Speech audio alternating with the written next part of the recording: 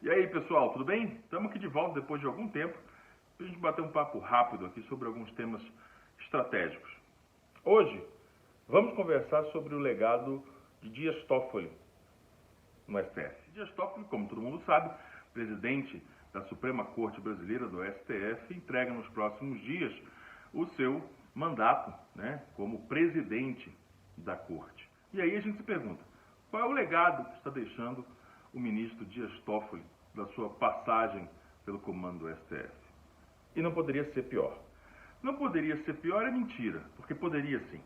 Mas o que ele fez foi realmente algo muito questionável, não só para a democracia brasileira, mas principalmente para a tradução do que significa o Supremo Tribunal Federal para essa democracia, ou seja, como um guardião da Constituição.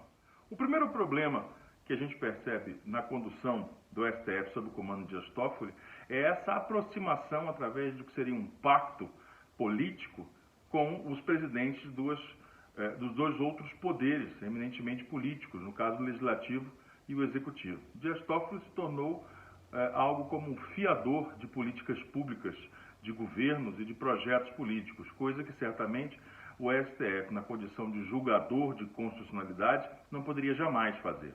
Um outro ponto a ser destacado é a condução pessoal do gabinete de Dias Toffoli, que desde 2018 vem empregando generais, entre eles generais bolsonaristas, abertamente bolsonaristas. Um deles, inclusive, foi uma indicação do general que é digital influencer, o Eduardo Vilas Boas, aquele que ameaçou o STF durante o julgamento do ex-presidente Lula. Foi ele que indicou um dos generais que esteve ocupando a assessoria especial do Dias Toffoli. Como, ou por quê, ou para que serviria um general auxiliando um ministro da Suprema Corte? Eu não sei dizer. Outra coisa interessante é que esse general deixou a assessoria para se tornar ministro da Defesa do Bolsonaro. Há um traço de comportamento muito presente em Dias Toffoli desde que em 2009, por indicação do ex-presidente Lula, ele foi indicado à vaga e aprovado pelo Senado para ser ministro da Suprema Corte. Desde esse período, ele vem tentando se despregar de uma possível imagem atrelada à esquerda brasileira ou ao Partido dos Trabalhadores e fazendo um movimento oposto, contrário, se alinhando aos generais, se alinhando aos militares. Uma passagem interessante de Dias Toffoli é quando ele disse que preferia chamar o golpe de 64, aquele que instalou a ditadura no Brasil, de movimento de 64.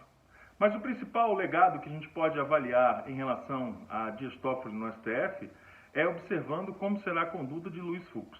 Porque, claro, a gente sabe que é através da comparação que a gente pode ter uma análise mais distanciada e uma observação mais acurada sobre os atos e gestos. Isso porque Luiz Fux tem uma trajetória ligada à magistratura.